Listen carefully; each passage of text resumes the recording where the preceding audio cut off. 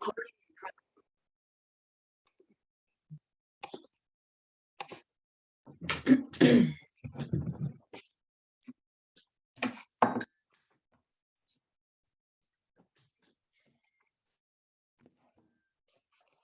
evening. I apologise to be late.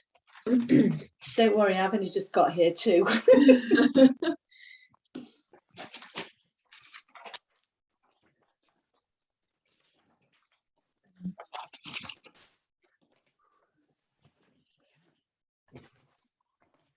Oh, hello. Hi. Hey, sorry to be late, Karen. Just check that.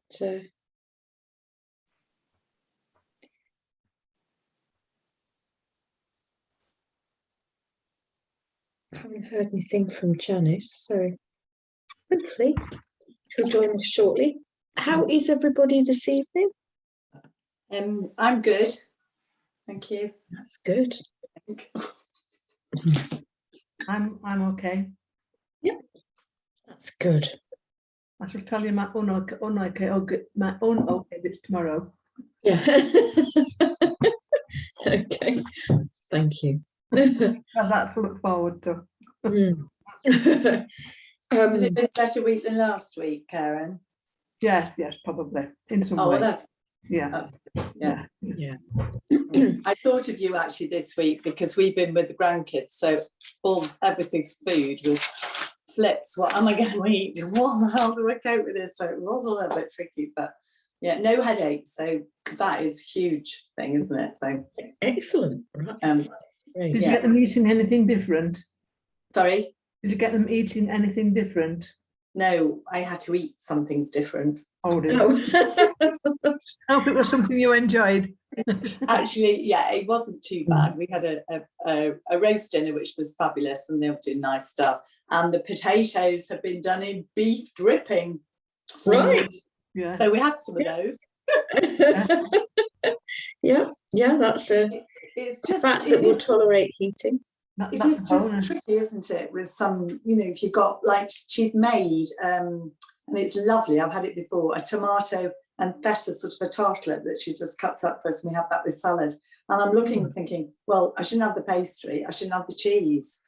So that was a little bit of that was tricky. So I just kind of didn't quite eat as much and chucked the feta onto my son-in-law's plate because I thought actually I really don't want that bit. Yeah. But that's what's hard, and then we ate out all the time with the kids. We took them out for lunch. That's what is quite challenging, I find. But it was on the whole, I think, thinking of the 80-20 the right way around.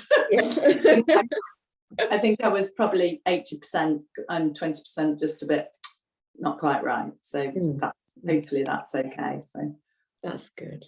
Yeah. Here we go. Janice is on her way. Oh, yes. Oh, sunshine. Good evening. Evening. Hi, Janice. Hi. You look like you're bathed in sunshine there. I know. I just had my counsellor appointment. They kind of come on back to back with each of these two calls. So I have a counsellor meeting for an hour every Thursday, and she said exactly the same thing. Yeah. Yes, it Not has been. It's This still is Chester. Here.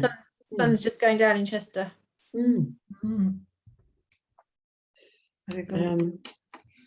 Yeah, we're supposed to be having a warm spell, aren't we? Hopefully. That wave never happened though, did it? No. The dangle like a carrot. Yes. Yeah, and then make it cold. Yeah, I have got a jumper on for the first day. It's the first time I've had a jumper on, actually. Yeah, I have. Yes, there's definitely a slight autumnal feeling, isn't there? Yeah.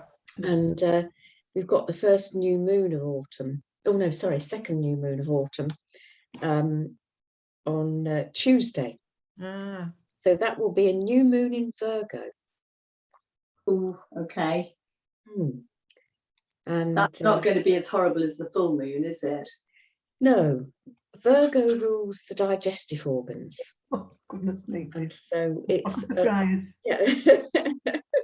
Which is why, yes, it's why Virgoans can sometimes have digestive issues.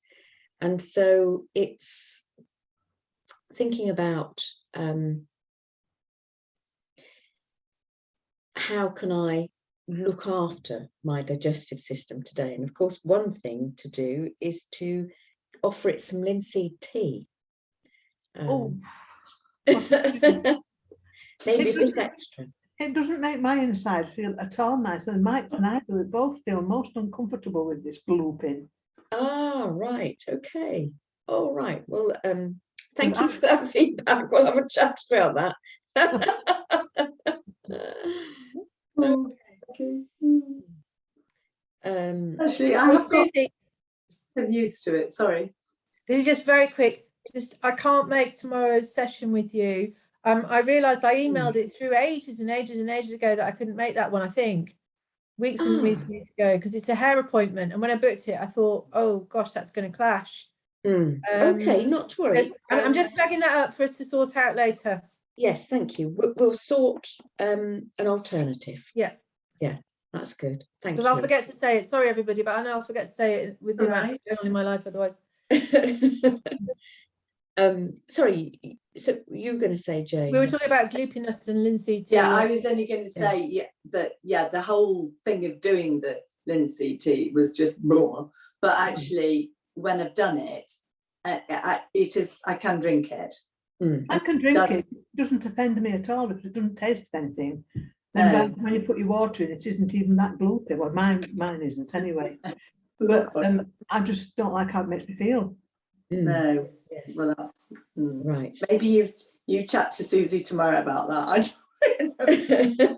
I just kind of think it's supposed to make us kind of a bit better, and I think it does with me once I get used to it.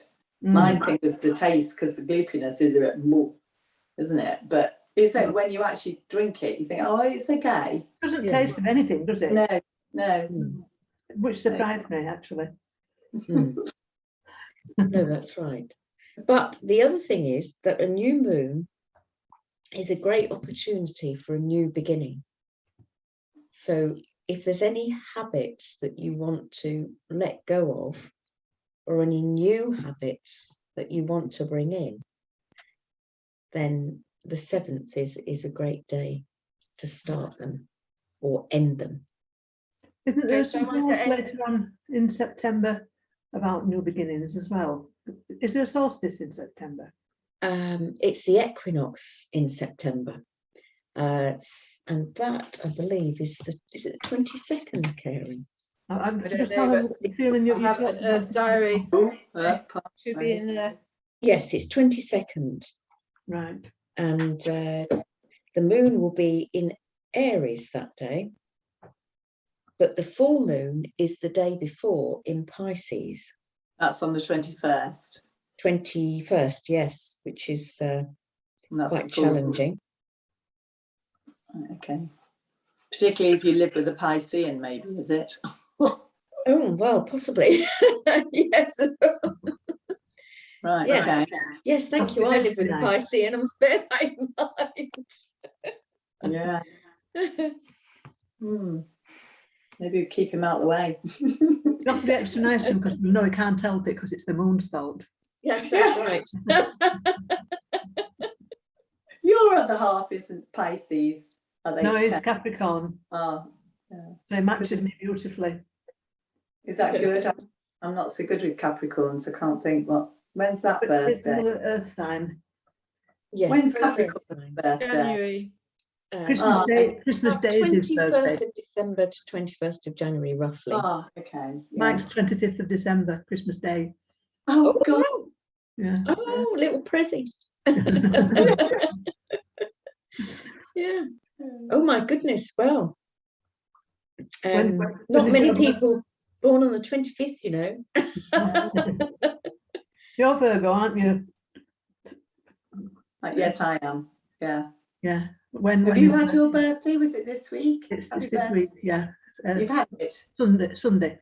It's not yet. Okay. Oh, well, you have a lovely birthday. Thank you. Yeah, mine was last week. It's a funny Oh, sign. sorry, your Virgo. husband has it. Oh, happy birthday for them. Thank you, thank you. It's a funny sign, Virgo, I think sometimes. I think they either love us or hate us. Probably. When they get used to us, we're lovely. Yes. I think the trouble is that Virgos can be very overcritical of themselves. Yes, but they also can be overcritical of everybody else as well. Yeah. They do have a reputation for that. It might Yeah. it might be unwarranted, Yeah. because the person they're most critical of usually is themselves. Mm. Right. So this week is about longevity, and what you might like to think about for a moment is, what does healthy longevity mean to you? Is it very much something physical to you, or is it mental capacity, or is it both of those things? Both. Yeah. And so it's thinking about how can we achieve a healthy longevity, because the quality of longevity is really important. You know, you wouldn't want perhaps to have quantity if you don't have quality. Absolutely. Mm. I think there are lots of things worse than death. Yes. It's a bit final, but yes. Yeah, I'm not sure about that. That's a bit. Any thoughts? I would say it's both. Yeah, because it's all like one package, isn't it? So we need to be mentally right, but physically you've got to be able to get on with everything, haven't you? If you think about family members that you've observed, or friends, older friends, are there any you can think of that really inspire you? You do, Susie. Cheeky bugger, I'm not that much older. No, I didn't mean that in terms of. I didn't mean that in terms of age, but in terms of this point in my life, you do. Oh, bless you. Thank you, Janice. Excuse me for calling you a cheeky bugger. It just came out. No, I know what you mean, but I didn't mean it like that. I think, you know, as a role model for how I am at this age, you do inspire me. Yeah. Lots of people don't. I have to say, I've got a lot of people that I'm around where I just think, I mean, including myself at the moment. I mean, I'm well off the wagon at the moment, but you know, I mean, like my ex, I mean, he's just like, his lifestyle's just, you know, doesn't make sense to me. I mean, it's his choice, it's his life, but you know, it wouldn't be a way I would want to live. Yeah. Yes. You're kind of where I'm trying to get to with a lot of things. I just don't get there, but I get a lot nearer it as time goes by, you know what I mean? Yeah. But I don't aspire to a lot of the typical stuff. I mean, being living in York, we've got an awful lot of hen parties and stag parties coming, and they're not just young people, you know, there are people, you know, midlife as well, any age really, in huge parties, and it's just all about getting drunk and abusive and eating and throwing up, you know. I just look at it sometimes and I just think, you know, I'm so far from understanding how this is attractive to you. But then I mean I did drink, you know, a lot more. Well, I did drink when I was in my 20s, but I don't know. I mean, the culture around me for my age group is a shocking stereotype. I think that's what I'm trying to say. Shame. That's sad. Yeah, it is. It is. Yeah. I'm probably quite lucky, I would say. I've got friends who are, well, similar ages to me, and then maybe 5 years older, something like that. And I have actually got a couple of She's friends in the kitchen. that So are that's one of the Rapids team coming in for Mum. 5 years plus older than me, and they're sorted. You know, they just get on with their life. They look good. They've got it sorted. I Oh, can't. that's annoying. That's they just as all- bad. But then you think, oh, that's lovely. I like that. I've got a really good friend of mine, another Jane, and she's had a horrible time. She's lost her daughter, which is your worst nightmare. Yes. And she has got through it, and she's lovely, and she is one person that if I had an issue, I know she would be there for me. So I think, not huge age differences, but yeah. And then ridiculous, my eldest daughter, obviously not somebody older, is amazing, because she does do, she thinks along a lot of these lines because of what she does. And she says to me, Mum, just don't be so hard on yourself. All the time when she knows I get these great big long things of saying, you know what you like, don't do this, don't do that, just think of this, think of that, and positive things, and all the rest of it, which is lovely. So, because, as Karen will totally appreciate, we are hard on ourselves. I always want everything better. Nothing's ever quite right. And I know, that can be a pain with people, that I'm around. So it is tricky. What is it about your friend that inspires you? My friend who's older, because I think she has been, I think if I had lost one of my girls, I don't think I could have carried on. She luckily absolutely adores gardening. So she threw herself into her garden. So all the time she was in her garden, which is now utterly stunning. But that has been her salvation. And I just think, that to do that, she only died probably, maybe, it was just before all this awful lockdown started, so it wasn't that long ago, and her daughter was just in her early 40s. Gosh. And they were so close.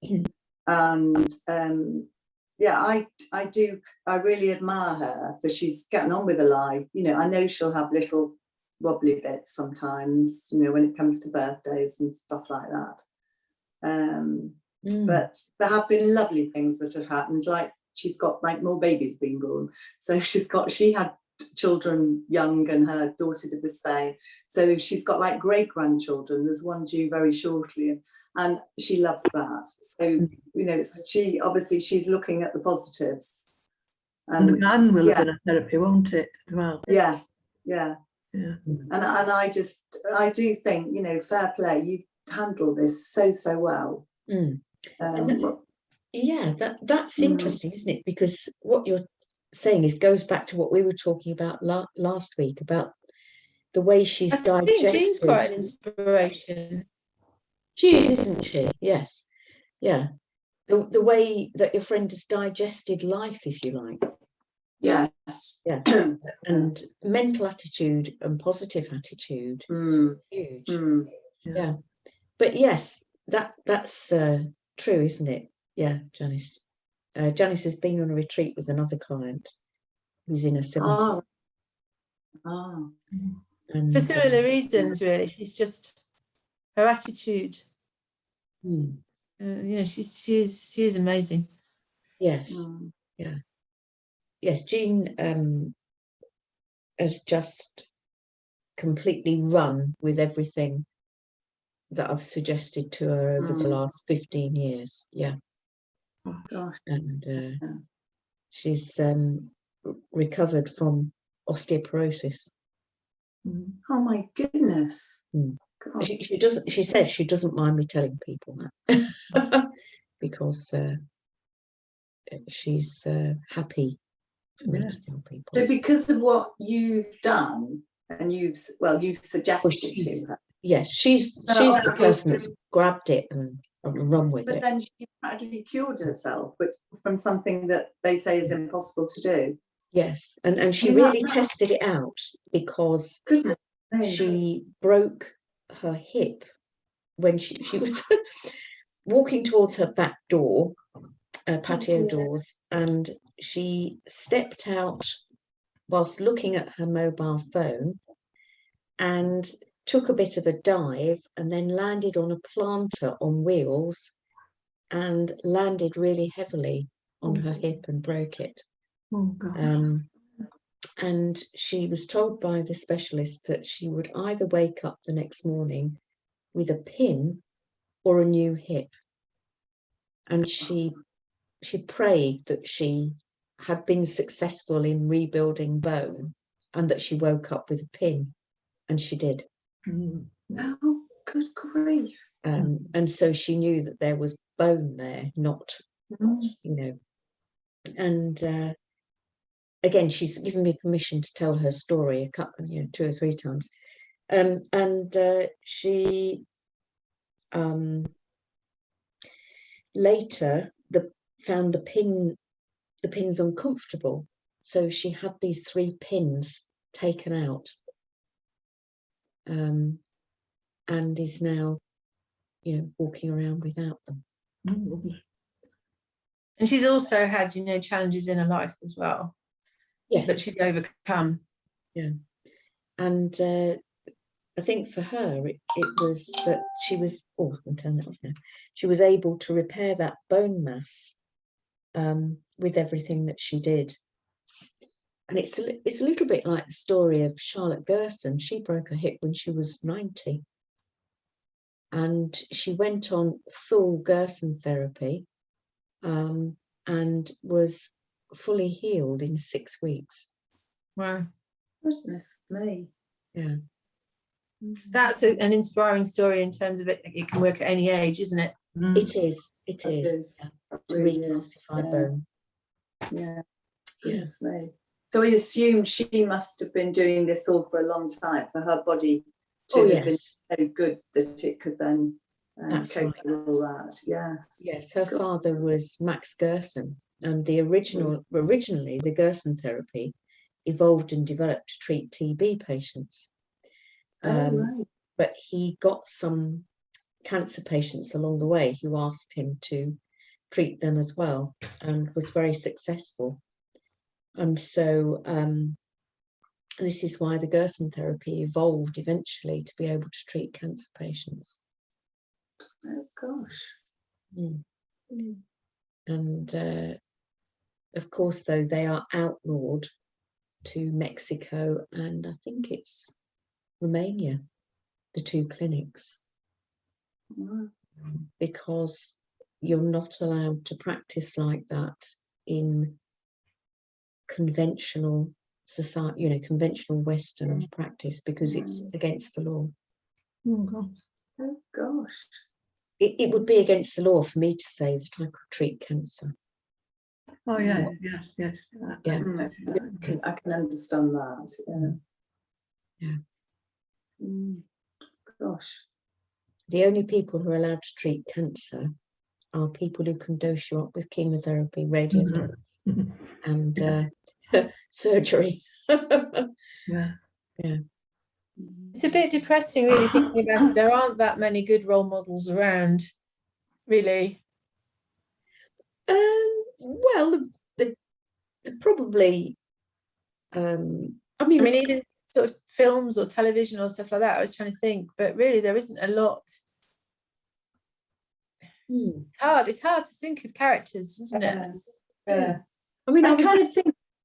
Sorry, I was just thinking of somebody, obviously, that everybody would know. I was actually thinking of Joanna Lumley. She flashed through my mind, actually. Yeah.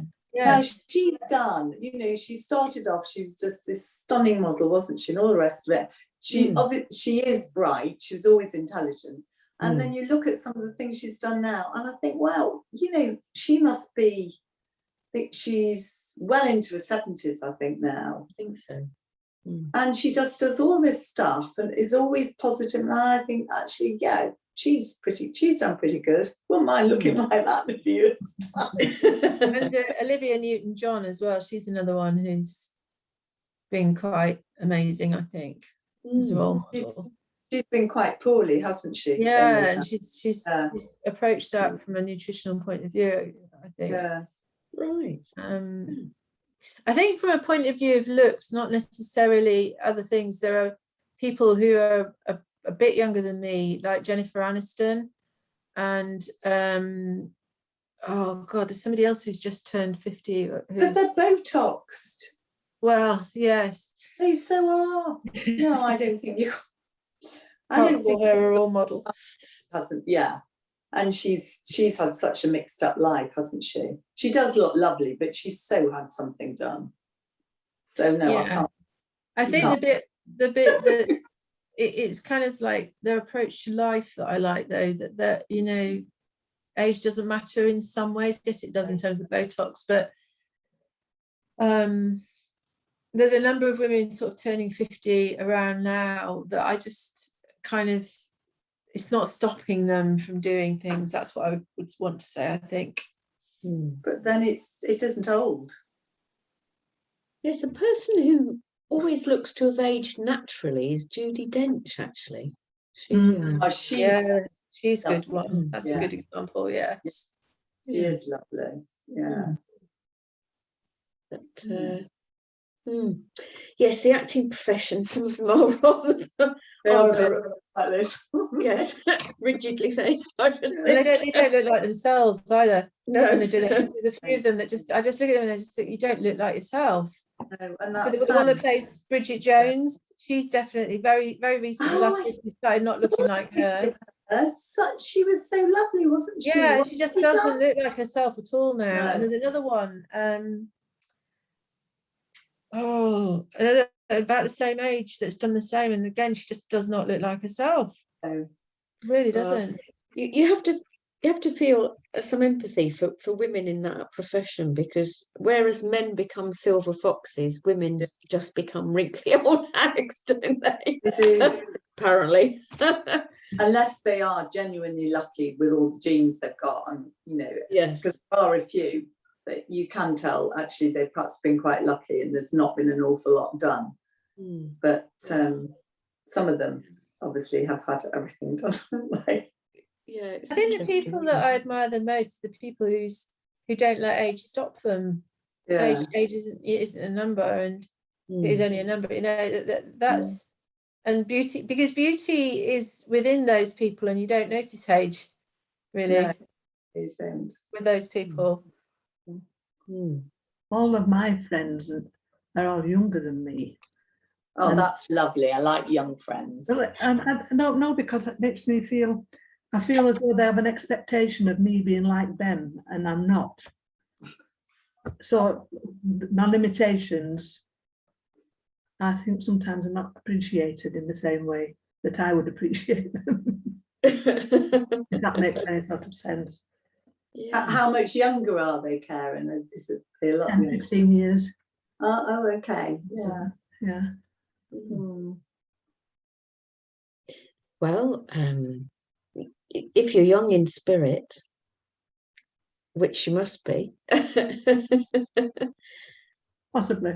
yeah, I think it's a good thing. I think that's lovely. Yeah, I've got a friend of mine that when her daughter-in-laws were getting married and stuff, they wanted her there, and she was well up for it. You know, she just not quite so naughty as what we were just saying before, but yeah, she's up for a party and stuff, and she just loves young people and what they do, and she loves dancing and stuff, you know, whereas I would be, I suppose, typical Virgo, maybe I'd go, whoa, not me, just I'll watch you, but I'm not doing that. So yeah, I think if you've got some young friends, I think it's quite nice, because you just stops you feeling too old, doesn't it? And it's a compliment that older people want to be friends with you. We've got new friends here who I don't think quite know our ages, and they are at least 10 years and a bit more younger than us, but we have such a laugh with them and they're such fun, and you think, actually, that's nice, isn't it?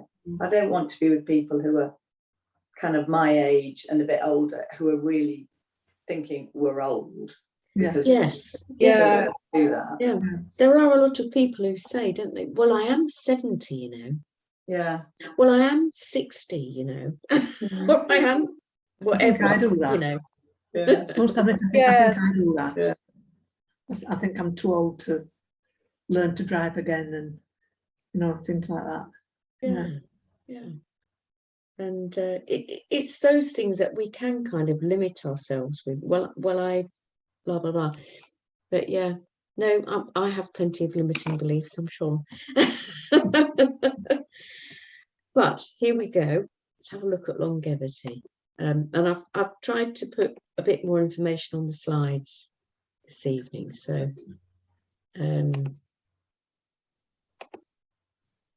one of the things I have an issue with is style. All people photograph this age, and I'm not saying they look dreadful, but it's always that style. And this style, sorry. Yeah, I just think no, I need to also be able to break out from that. Yeah. I find it difficult to wear different clothes, I must admit. That's my kind of clothes. But that's fine if you're happy with them. The trouble is I've got an exceedingly creative spirit. So, there's always a part of me that needs to be dressing with some creativity, just because that's who I am. So for me, I feel, every time I look at these photographs, for me, it's not that that's the wrong way to dress. It's fine. It's just not creative enough for me because of who I am. Yes, but there's a hippie in me that wants to get out. And, that's the thing, isn't it? Yeah. that's the thing. Shall I wear leggings? This image is an interesting one, Susie, because every funeral kind of like plan there is, or every hearing aid plan there is, or every kind of whatever that's coming through my door since I turned 50, that's the clothing, everything. This is the kind of picture. Oh, that's really interesting. I might have to change that then, Janice. Well, it's my issue, not yours, Susie. But I just had to. No, but then maybe I need a picture of all the people who've done the energy journey. Yeah. I just feel, why can't I wear my Doc Martens and my, ... But you can. Well, I can, yes, but yeah, absolutely. I suppose I'm just trying to say this is how we're portrayed, Yeah. Well, I think, I've been interested in healthy longevity for a long time, but a few years ago, I came across a professor of gerontology longevity called Professor Walter Longo. And his book is really quite fascinating. And he also suggests a diet, which I will have a look at the end. But I think what I'm going to do is to start with it is have a look at why some of our cells last longer, what helps them survive. And also, I think it would be nice to just have a quick mention of how he came into gerontology, which was that he was an Italian American, or he is an Italian American. He's in his 50s, and he came across to America in about when he was about 18, so that he could do an American degree in music. So he was already quite an accomplished musician, and he wanted to do a music degree, and he was in process with that, probably about a year or two in. And one of the things he'd really noticed when he came over is how different his American family were, in that his Italian family were very slender, very active, and his American family members were really quite overweight, quite unhealthy, and definitely not as active. And he noticed that they ate very, very differently as well. Well, he was carrying on with his studies, and at some stage he was in the same room and the same house when his Italian grandfather, who'd come over to the States, died in the same room of a heart attack at a not particularly old age. And it made a very huge impression on him, such a huge impression that he decided to switch from his music major to a major in gerontology.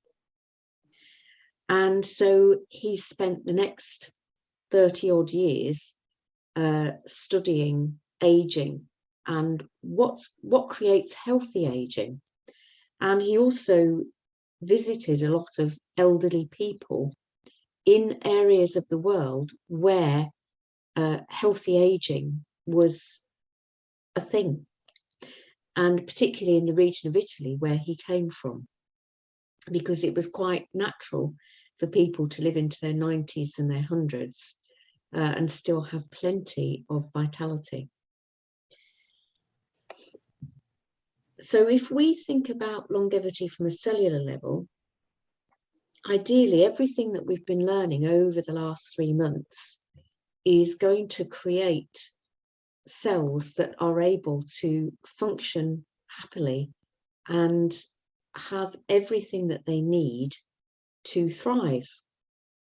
And so your cells are obviously the most important building block in your body. They're what you're made up of.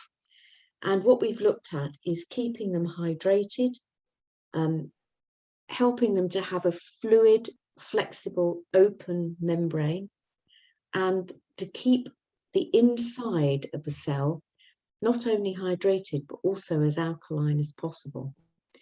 And when you think about that from the perspective of other factors that we've looked at, we've also looked at controlling the blood sugar, because then if your blood cells are not over caramelized, they're going to live longer. And if your cells have enough antioxidants, again, to help keep the fats in the membrane fresh, then again, they're also going to be able to live longer. So he identified, Walter Longo, 7 main causes of aging. He found that genome damage was one of those. So whilst your cells are replicating, the DNA in them is replicating, genetic mutations can occur during that process. Also, there are epigenetic factors which relate to changes in the activity of your cells over time. And some of those alterations were linked to age-related diseases. And one of the ways that he related to it is that simply a larva, which if you like is a beginning cell for a bee, can either become a queen, you know, the most magnificent member of the community of bees, who is able to be highly reproductive, or it could become a worker bee who had very simple tasks to do. And that would just be dependent on what that larva was fed on. There's also a situation inside your cells where you have your proteins folding in a particular way, and they have to, it's almost like if you think about your ironing, you know, and some flipping t-shirts are really difficult to fold, or dresses, or, you know, whatever you happen to be folding to put away. And if you fold them incorrectly, you just end up with a scrunched up ball and a mess. But if you manage to find the trick in folding them beautifully, you can get them into the cupboard in a neat pile with no malfunctions in your wardrobe, if you like. It's probably a very simplistic way of looking at it, but these proteins need to fold in a particular way in order for your cells to function well. The next one is really important, mitochondria. So we've mentioned your mitochondria, they're the energy factories of your cells, and they absolutely contain their own DNA, just like the nucleus of your cells. Now, this mtDNA is really important because it's not caused by mutation, but what they've found is that there are many people now suffering from mitochondrial dysfunction, and I feel that is going to increase if they continue with this technology at the rate in which they're installing it at the moment, because it all has a huge effect on our mitochondria and their ability to function well. And in fact, ME and CFS and all these unresolved flus are influenced by poor mitochondrial function. And that is something that they've discovered, and that they become almost unable to utilize magnesium in the correct way as well. Although magnesium will definitely help with mitochondrial dysfunction. There's also cellular senescence. So it's the way that the cell ages. As the cell ages, its function lowers, it stops dividing. And also there can be a change of activity to inflammatory. But of course, if we nurture our cells well with high antioxidant diet, then that will also make a difference. The other thing is the stem cells. So this is the original baby cells, if you like, that are allowing us to create our new cells and allow the renewal of our cells in our main organs. So they're stored in the body and used as needed. And if we have stem cell exhaustion, and we'll have a bit more of a little look at those a bit further on, then again, we've got a problem in terms of aging. And we're also going to have a look at telomere shortening, and that's coming up now.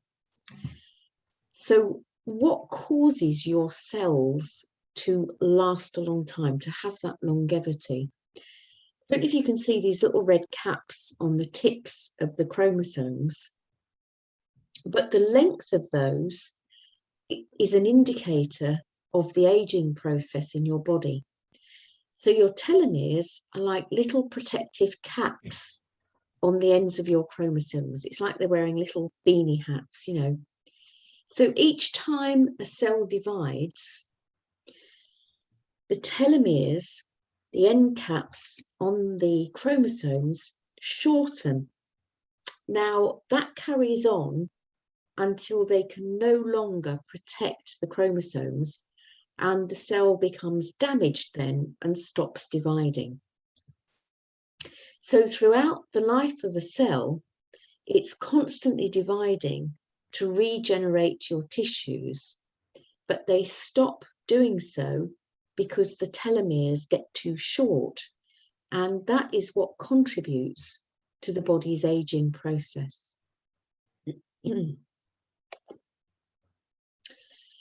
So what causes your telomeres to shorten? There's a few factors really, and one of them is life stress. And of course, that can be major, absolutely major, because stress can come from all angles in life. And again, it's finding a way of managing our reactions to stress so that all of the sort of stress hormones that can come up under stress do not take over the body's processes, if you like, and deny us access to the other hormones that we need, and raise blood pressure, raise cholesterol level, etc., dehydration, all of the things that we've looked at early on in the course that are happening if that stress is big. Infection or inflammation is another name for it, of course, can also contribute to telomere shortening. And chronic disease, such as arthritis conditions, such as lupus, anything long term in the body will contribute to shortening telomeres. So what they discovered in a research study last year is that in the case of people who suffered COVID severely, they had shorter telomeres. And that, of course, can lead to unwanted genetic changes, including rearrangements in your chromosomes. And what they've come to the conclusion is that this telomere shortening can possibly be to blame for many age-related disorders that are associated with aging. So there was a study also a few years ago where Turkish researchers found that where there was a high concentration of propolis, it decreased telomerase expression levels. So it decreased the output of telomerase enzyme. And this enzyme is something that lengthens telomeres. So normally you would think that telomerase is a great thing because it helps lengthen your telomeres. But if we're talking cancer cells that are having a lot of telomerase around and are able to lengthen their end caps, that means that the cancer cells are able to proliferate and divide very, very easily. So where the cells have sufficiently short telomeres, so short that they're unable to divide, that lowers the risk of malignant growth. So it's a very catch-22 situation. So many cancers are known to be able to express enough telomerase to enable their own cell division, whilst not re-lengthening the telomeres quite enough to really upregulate and repair DNA. So in order to replicate themselves and survive, cancers need just enough telomerase.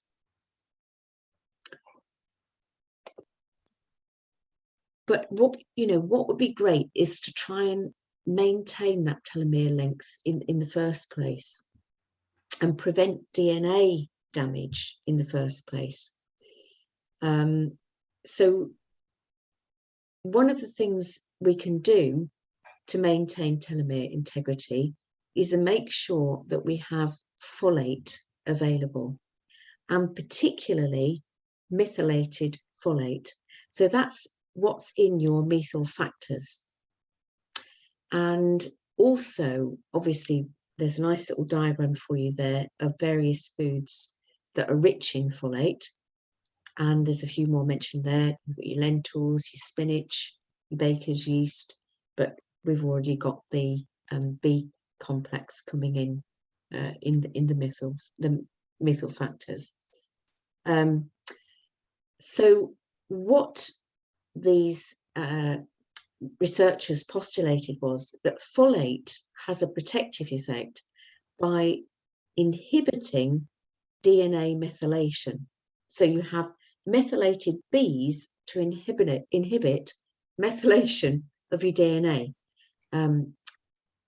because that's how you prevent your DNA getting damaged and maintain your length of your telomeres. So looking at diet comparisons, what's really interesting is that some diets that are advocated don't really consider essential fatty acids as a component. So both of these doctors are or were cardiologists. Robert Atkins actually passed away, and he was a cardiologist that found that there were many people who really struggled to lose weight. And he found that a high protein, high fat, but low carb diet actually, surprisingly, according to the sort of current ethos that was around at the time around weight loss, helped people to lose weight. But of course, one of the reasons it helped people to lose weight is that it was low carbohydrate. And some of the carbohydrates that people consume generally on a day-to-day basis are absolutely full of fast-burning sugars that make you produce insulin. And every time you produce insulin, you not only store sugar, you also store fat. Every single time you will store fat as well. And it's no surprise really that when you think of the current climate that we're living in, with all the all of the electromagnetic frequencies, and the more difficult it becomes to metabolize sugar, the more difficult it becomes to naturally overcome this problem of weight loss by not, most people will find that they need now to look at what they're eating. Now, Dr. Dean Ornish, Dr. Caldwell Esselstyn, there's another one as well. There are at least 3 cardiologists in the US who look at diet for people with heart issues very, very successfully. In fact, one of them, and I'm sorry, I can't remember which one, has worked with Bill Clinton and persuaded him to go onto a plant diet in order to clear his arteries in his heart. Now, this diet is vegan, it's a plant diet, so complex carbs are used, things like brown rice and so on, and it's low in protein, and really, though, can be very, very low in fat. And he, and certainly Caldwell Esselstyn, believe that there shouldn't really be any fat around. So Inuit Northern diets. The interesting thing about Inuits is that they don't have really, really long lives, but they are generally free of a lot of degenerative diseases. And of course, they have a lot of essential fats in their diet from all the oily fish and the seal meat. The thing that they do suffer is strokes due to lack of vitamin C and E. And we spoke about how vitamin C, when you have a lack of that, your arteries are far, far more likely to fur up. And so they tend to suffer strokes because the arteries to the brain fur up. Not particularly the heart, but then there isn't a lot of sugars in a traditional Inuit diet.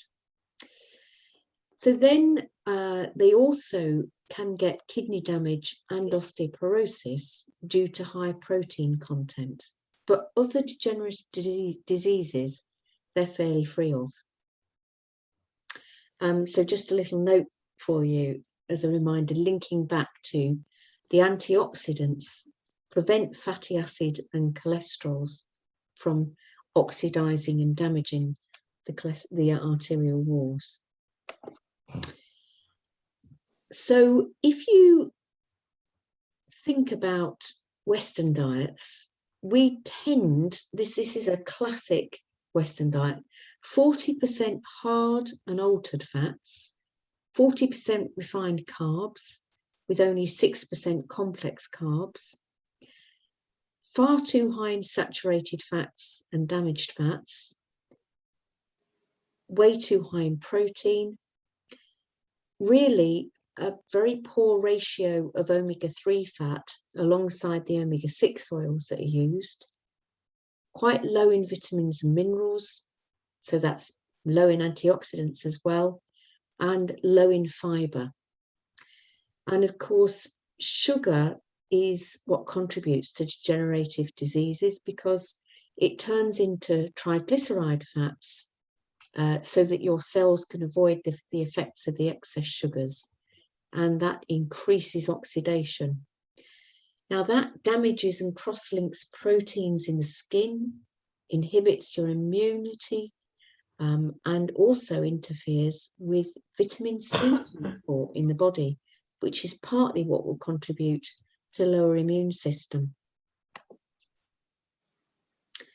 So cholesterol, again, it gets such bad press, but if we lower cholesterol levels, we increase deaths from cancer, because our LDL cholesterol is what helps transport our antioxidants and our fats to our cells.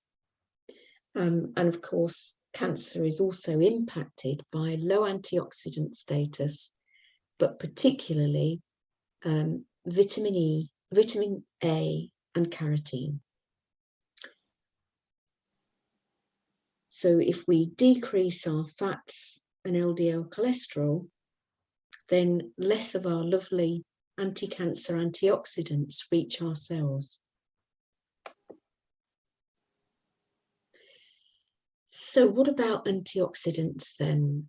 So of course, vitamin C is a classic, hugely important. Vitamin E, mentioned carotene, but selenium is a really important antioxidant mineral. And there's a little pic with some foods that it's high in there. And also your sulfur in the onion, garlic, leek family will help as an antioxidant. And then you've all the bioflavonoids in all of the colours in your vegetables particularly, and some of your fruits. And then thinking about chromium, because chromium will also support and help blood sugar metabolism. And things like romaine lettuce, broccoli, tomatoes, etc. are a nice source of chromium as well. So this is the lovely Voltalungo, and as I say, it's well over 30 years that he's been researching longevity. He's created this fasting mimicking diet, but unfortunately, he suggests for the time periods that you do it, that he hasn't really given a very good representation of the diet, because they came up with a product that would supply the right ratio of fat to carb to protein.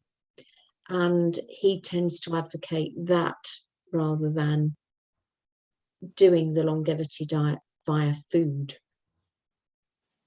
So he published the longevity diet in 2018. And again, there are recipes in the book which are for daily life, but he doesn't particularly give a helpful guide to what he suggests during the fast. But his studies showed that this fasting mimicking diet, as he called it, which he suggests you do between 2 to 12 times a year, so as little as once every 6 months, or as many as once every month, if you're trying to address a chronic problem, for example, like cancer, like arthritis, any long-term chronic disease, diabetes, for example, type 2. He suggests that this type of diet actually changes your body's metabolism. The other thing is that it sends the cells into a renewal phase. because when you lower the amount of calories that your body's consuming, your body starts to digest and munch up all the old cells that it can use for nutrition, and then it goes into a phase of remaking a bunch of new cells. So he suggests that it really helps your cells protect themselves against chronic disease, such as type 2 diabetes and heart disease as well. He also suggests, highly recommends, in fact, intermittent fasting. And he suggests, from 8 to 10 hours where you consume food, and then the rest of the time in the 24-hour clock that you are not consuming any food, that you are giving your blood sugar a rest, you're giving your whole digestive constitution a rest for 12 to 14 hours.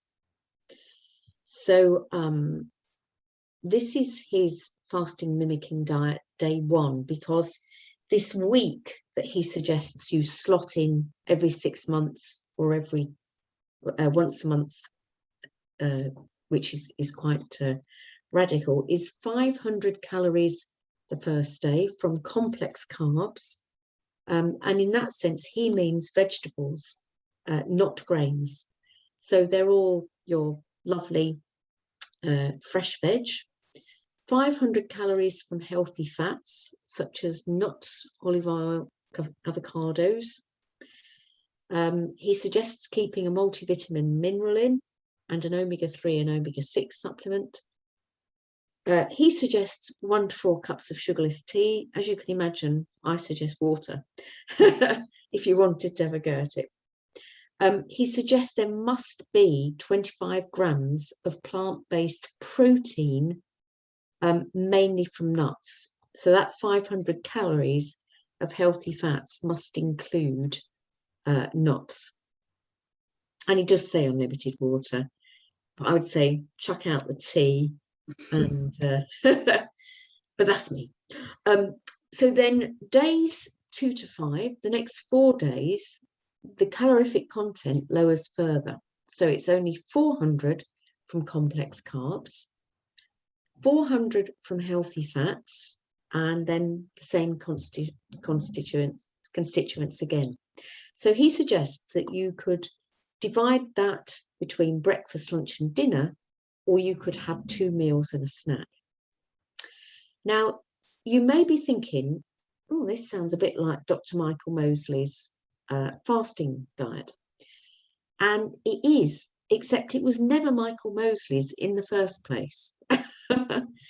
There was a lovely lady called Michelle Harvey, who did a lot of research with the Mediterranean diet and fasting with cancer patients.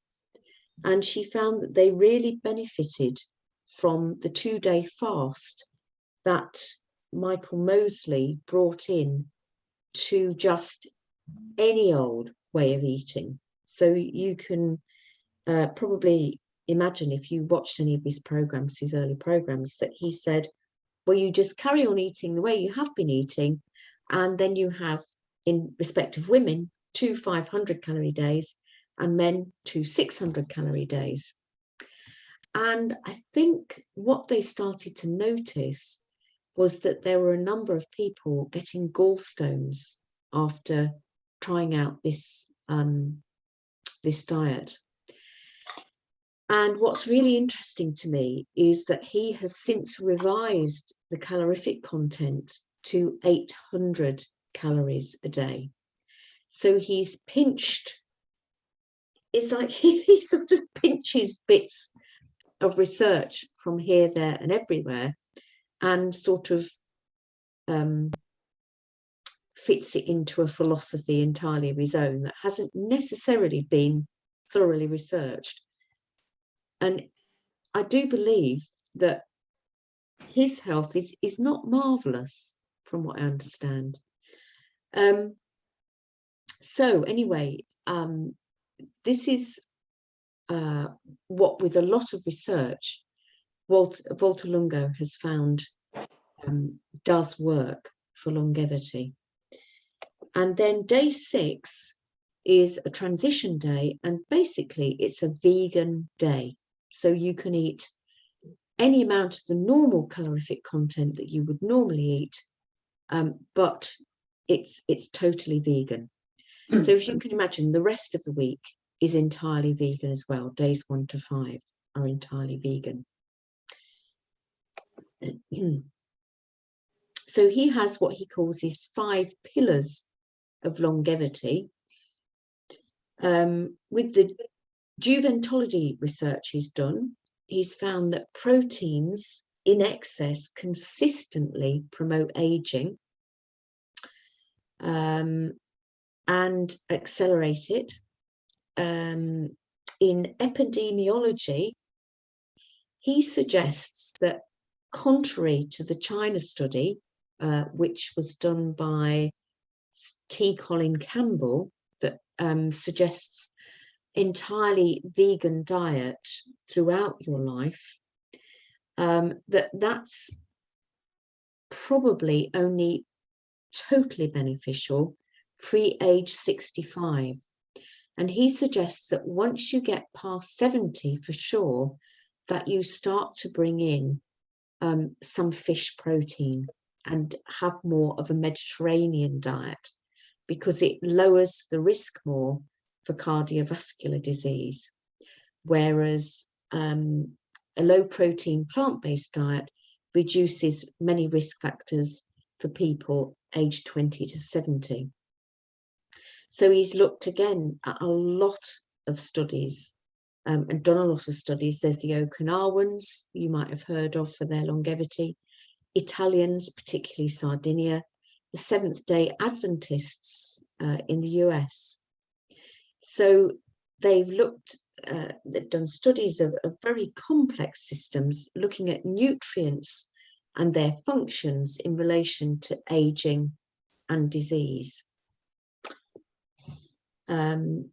So he suggests that these are the biomarkers of aging. Your ability to breathe well, particularly. I mean, we've already talked about oxygenation of your cells and how important that is. You know, Otto Warburg discovered in the 20s or 30s that cells that were low in oxygen were more likely to become cancerous.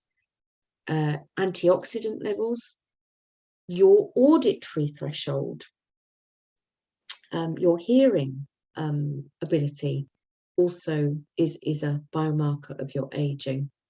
So your antioxidant levels would be measured in your blood. Your blood pressure and your ability to keep that steady and at a, you know, a nicely medium. I'm not going to say low, because low isn't always a good thing. You don't want to be falling over. And high, obviously you don't want, but you want this average, nice average blood pressure. That your blood sugar regulation is good. If your blood sugar regulation is good, your body fat will tend to be low, and your blood pressure will also be better managed, because blood sugar dysfunction has a huge impact on blood pressure. And blood sugar obviously will help your weight stay steady.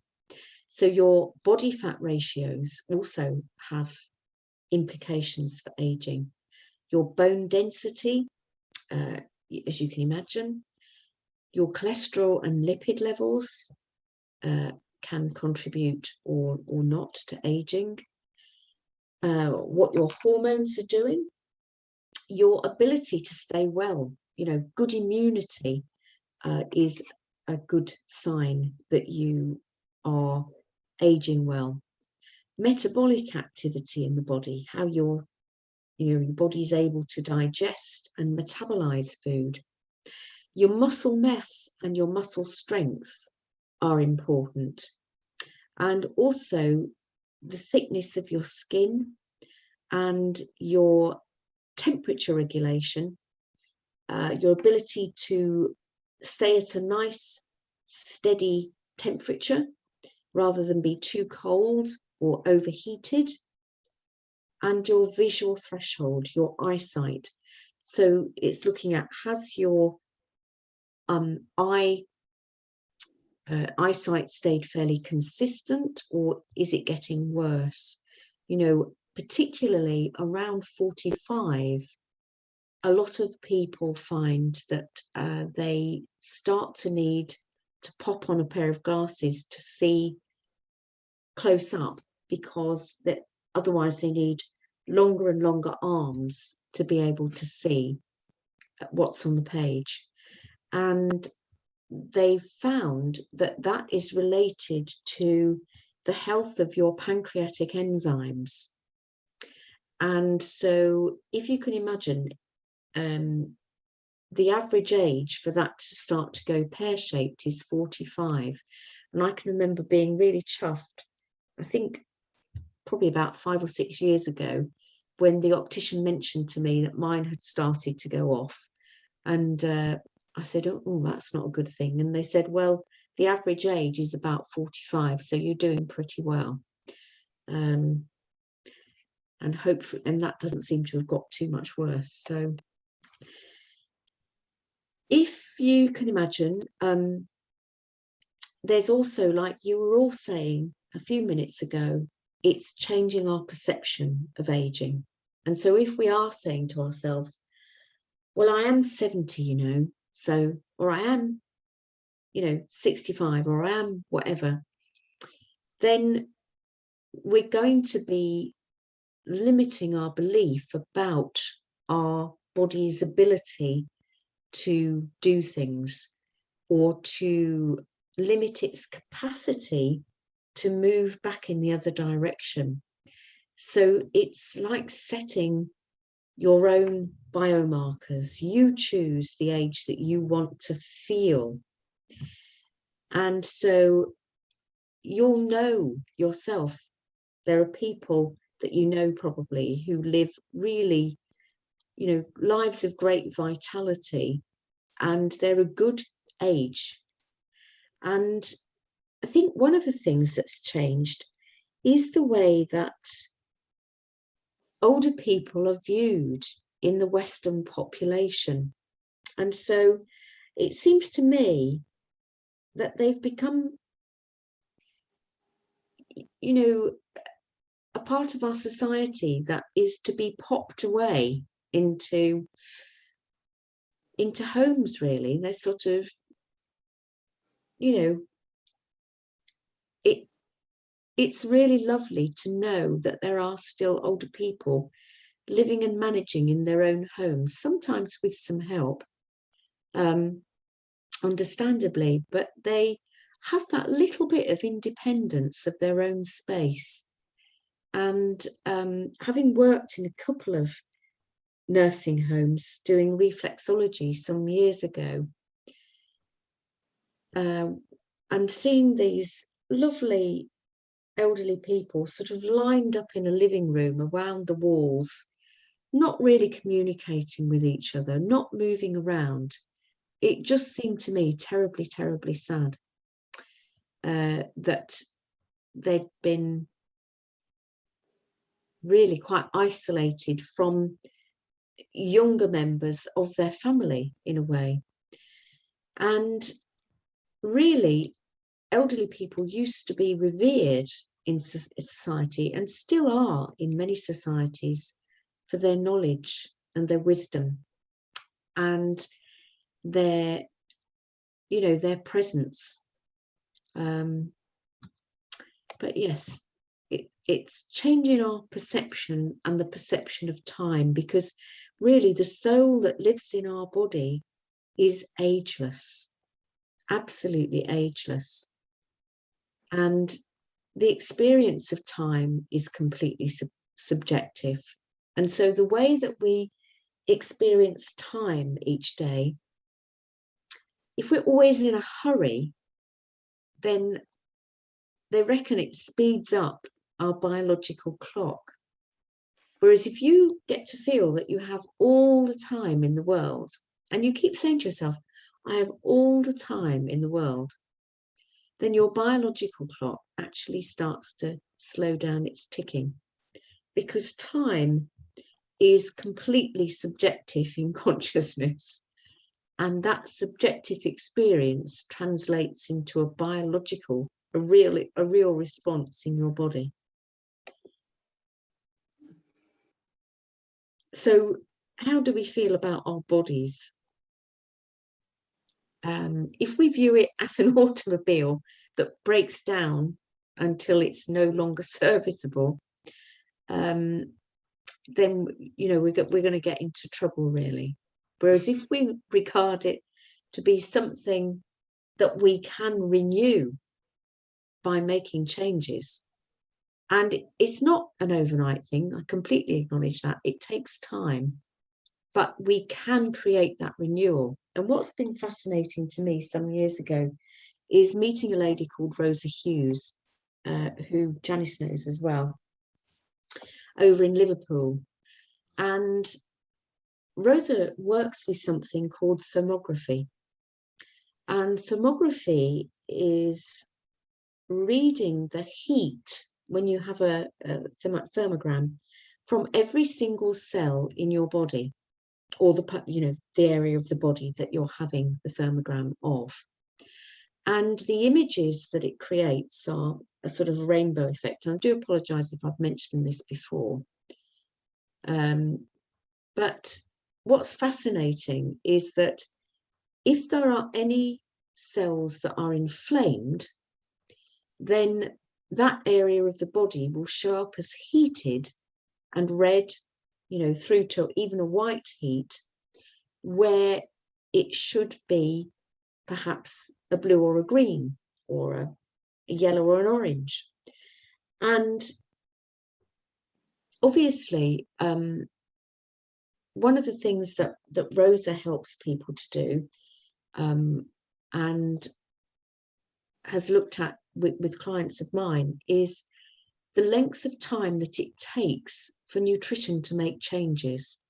And what is quite fascinating is that one of the things they do is they take a thermogram at day 1, and then 3 months later, they take another thermogram. And generally speaking, that gives them their baseline, even though the person has been changing their diet in the last 3 months prior to the second thermogram. It takes over 3 months for it start to making an impact at cellular level, generally speaking. But the interesting thing is that the detoxes that I've done with people have seemed to make an impact slightly sooner. And so what I'd like to say to you is that you've been beavering away for the last 3 months, and you are working your way down to a cellular level. And from now on, it will start to be at a cellular level, because when people return to Rosa the next time for a thermogram, you start to be able to see the real changes at cellular level. And so your body also isn't just the physical device, of course. It has thoughts and feelings, and those thoughts and feelings also have an impact on ourselves, because obviously if any of those thoughts and feelings are happy, they will produce happy chemicals in the body. If those thoughts are stressed, angry, etc., they will produce a different set of chemicals in the body that affects our organs. So we have this amazing network of energetic cellular entities that are capable of transformation and are highly intelligent, and they are in a totally dynamic exchange with all of the world around us. And I know that probably a few of you will experience that thing where the phone will ring and you'll think it's so and so, or you'll think about someone and then you'll bump into them a few days later. And we are all so attuned to everything outside of us as well as what's going on inside. And it is really quite extraordinary. So everything in your body is constantly in a state of change. And this is why I find blood tests very interesting, because they are only a snapshot at any one moment in time. So every breath you take, filling your body with oxygen, every mouthful of food, be it nourishing or not, every swallow of water, whether that's in a cup of tea or a glass of water, every sound you hear, every sight you see, every sensation you feel, every aroma you smell, your body changes. So, when you get a nice smell and you wrinkle your nose, you go, ooh, and your body sort of feels that distaste. Whereas when you smell a rose and your body sort of relaxes and leans into that smell. And so just since the beginning of the paragraph here, you've exchanged 400 billion trillion atoms with your environment. Wow. Energetically. So the body looks static because those changes are taking place at a level that is far too subtle for us to directly perceive. The lovely Deepak Chopra. So looking at this constant renewal of the body, you replace the lining of your stomach about every 5 days. Takes about a month to renew your skin. Takes about 6 weeks to regenerate your liver. Within a few months, most of the calcium and phosphorus crystals that make up your skeleton have come and gone. And over the course of a year, about 98% of all the atoms in the human body have been exchanged. And over a course of 3 years, you'd be hard pressed to find an atom that was part of you at the beginning that you could still consider to be you now. So Deepak Chopra suggests these 10 steps to reverse aging. Changing your perception of life and your situations, having restful awareness and restful sleep. Nurture your body every day if you can with healthy food. Have a bit of judicious use of nutrition supplements. Enhance your mind-body integration. Those things can come from a bit of yoga, a bit of meditation, a bit of Tai Chi, anything like that. Exercise. Eliminate toxins from life. And cultivating flexibility and creativity in consciousness. Love, and really the first place to start with that is yourself. Loving the self, and youthful mind.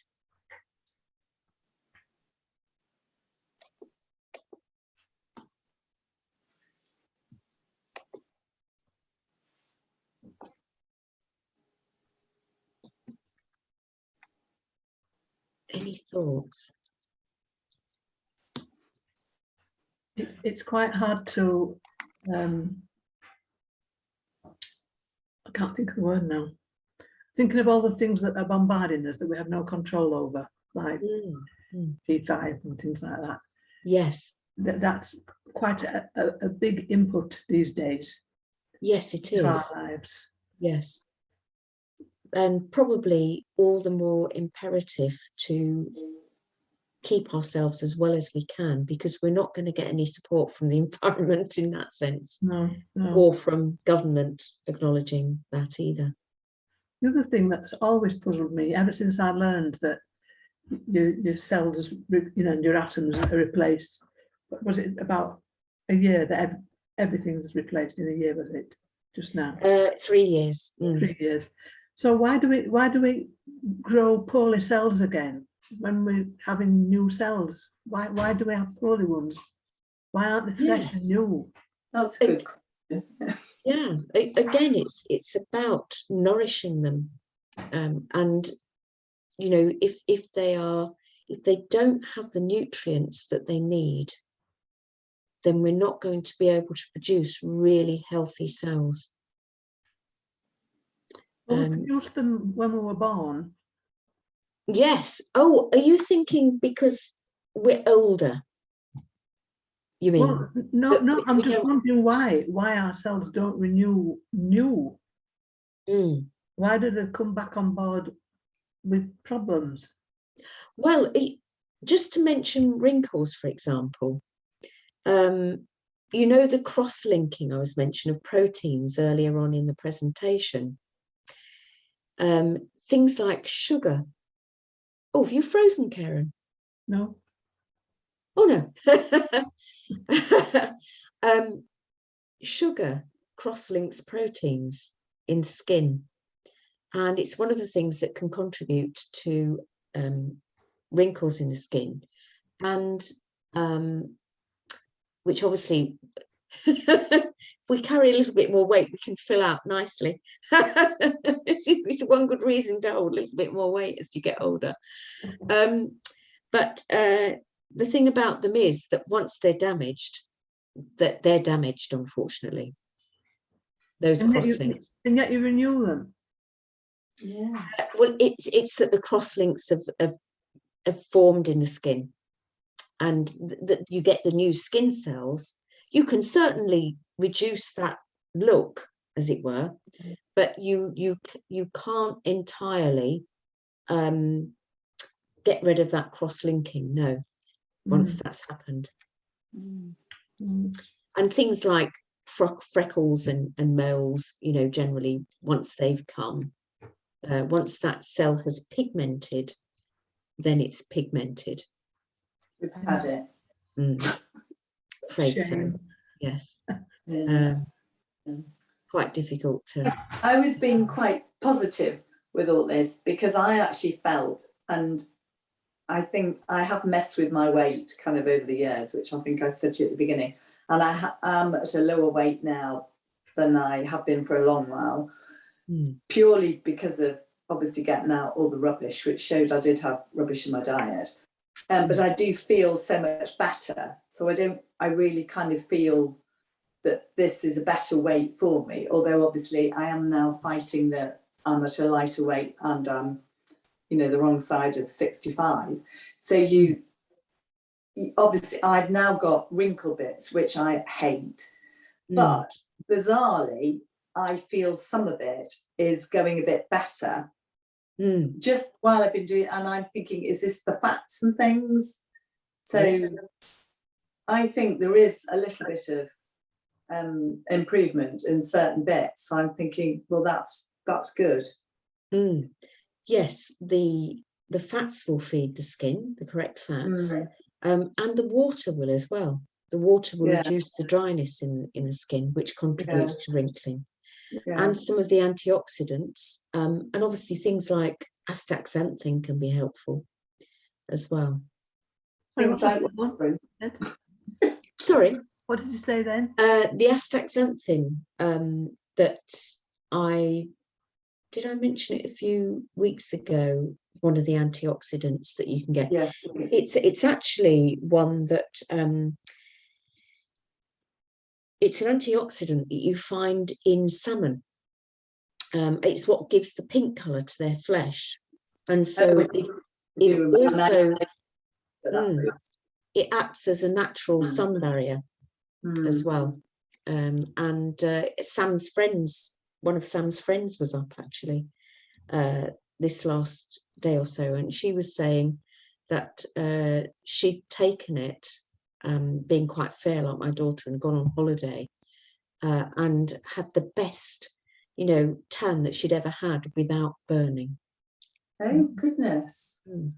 Gosh. Being sensible, obviously, but yeah. Mm. Although It's a little bit depressing and a little bit encouraging. Most of these are. Well, Depending on what age you are when we're listening, it's a little bit, isn't it? yes, Mm. everything that you're doing is slowly making a difference. And really, I was saying about Rosa, because did you find that interesting, Janice, that you've got that 3 months where really nothing will be seen at a cellular level?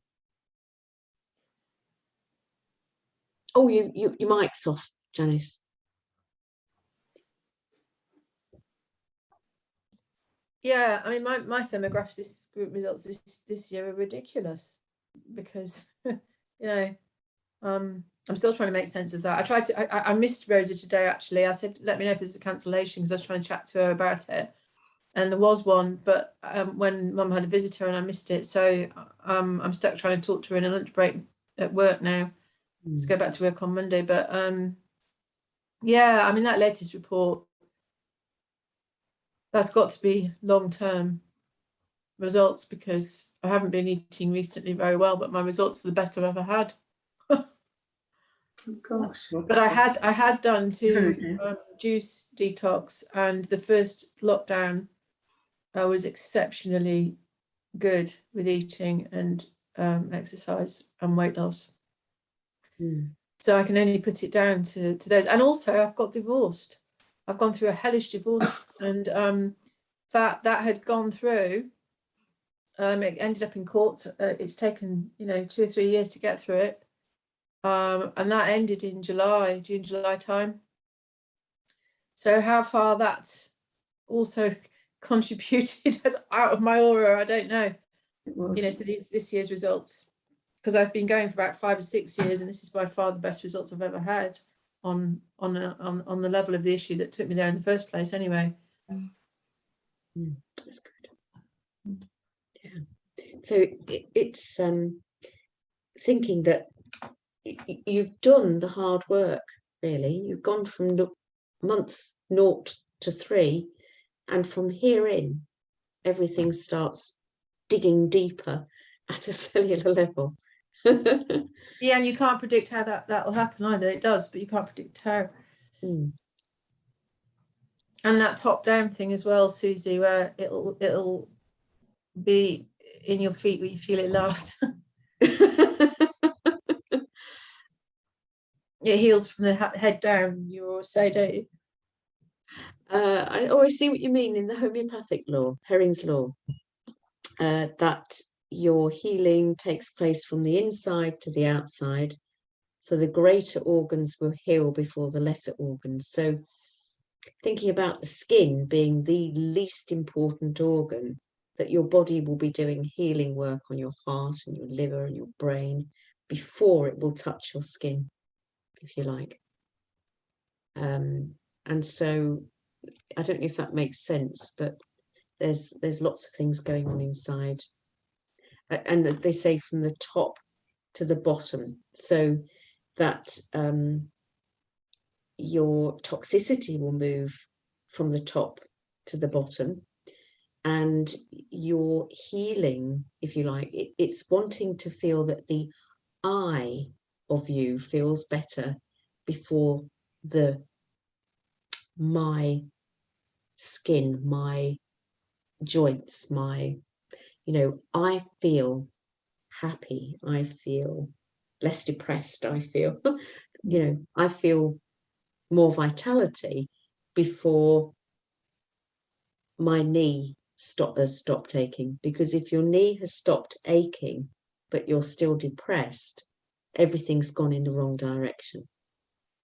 So if you feel like I can think more clearly, I remember better before the zits on the end of my nose go, it's thinking this inside stuff is so much more important.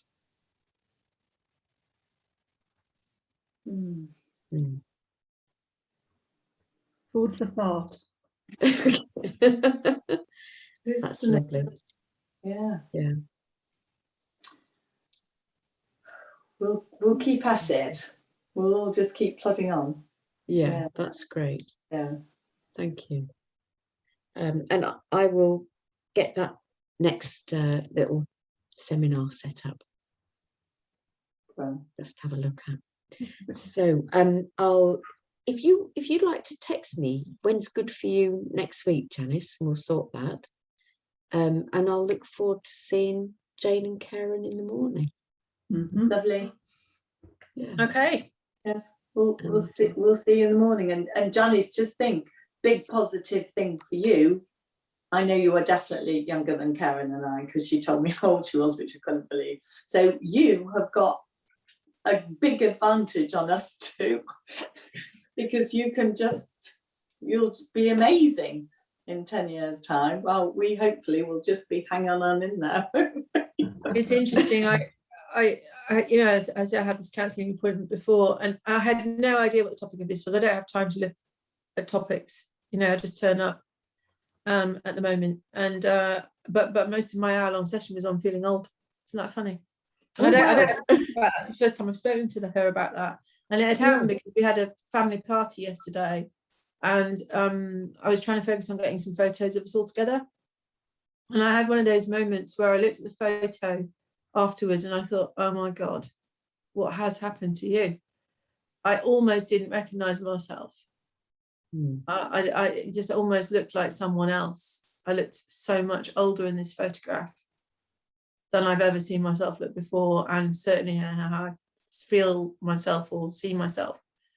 And it was a real shock. So I had a whole hour session with her about the shock and impact of this photograph. The camera lies, though.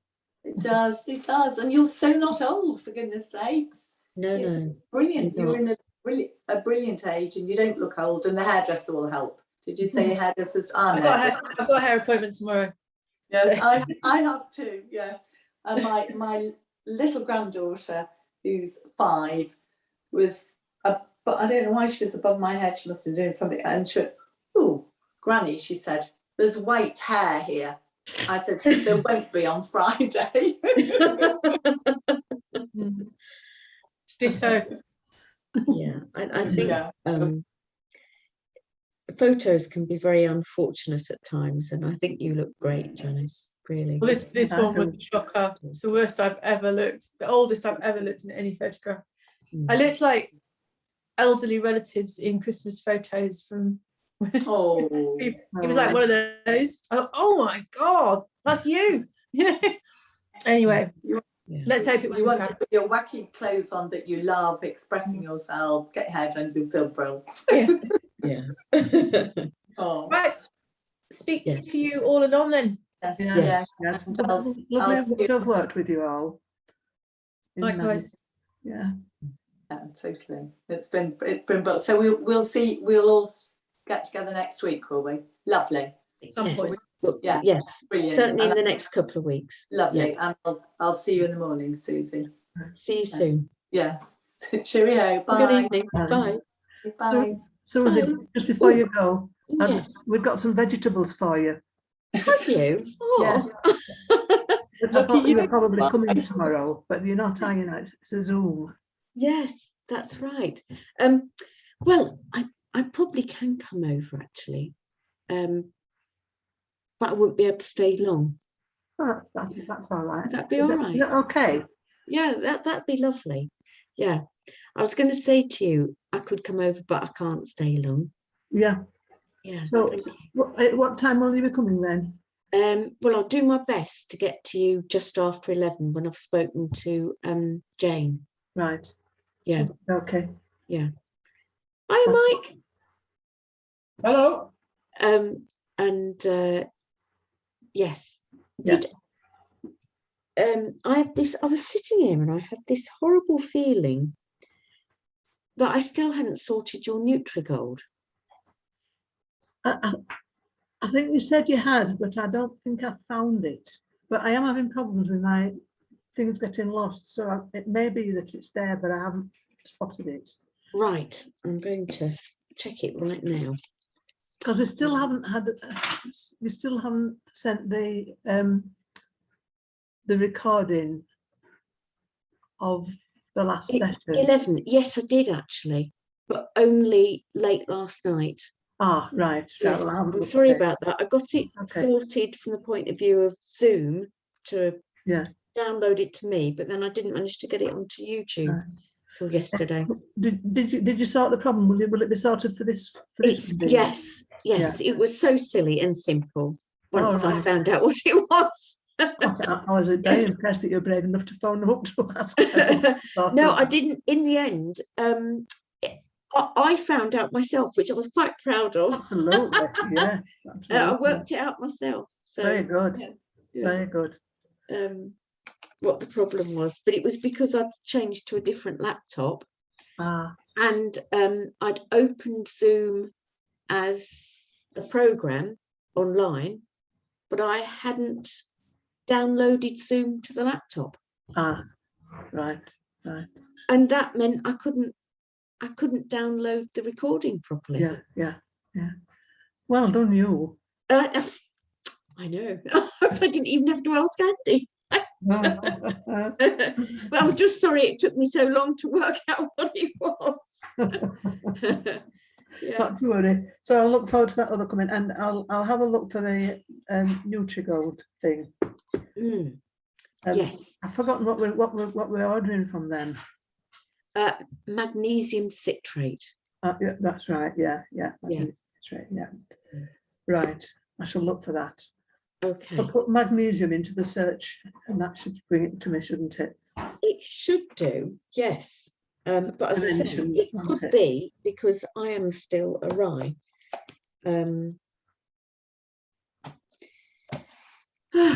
Yeah, really disorganised at the moment. I do apologise.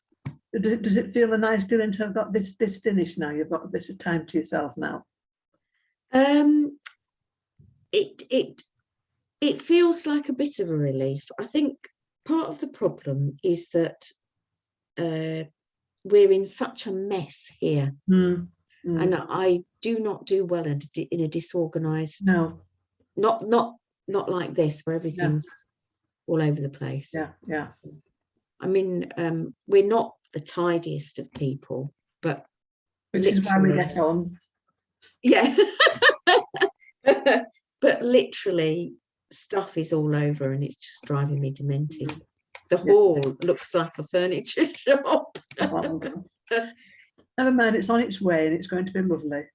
Yeah. Slowly. Yeah. Right, I shall let you go. Thank you, Karen. See you tomorrow. See you tomorrow. Okay. Bye. Bye.